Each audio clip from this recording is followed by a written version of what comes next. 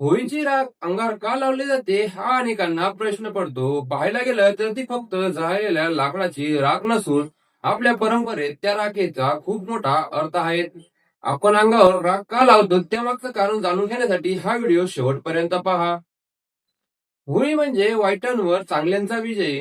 भक्त प्रल्हाद वाचले आणि होळिका जळाली म्हणजेच नकारात्मक अहंकार व वाईट शक्तींचा अंत झाला.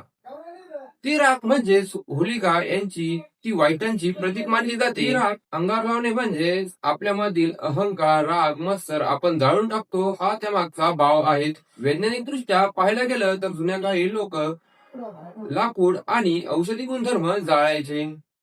त्या राखेमध्ये औषधी गुणधर्म असल्यामुळे ती राख जंतुनाशक बनते.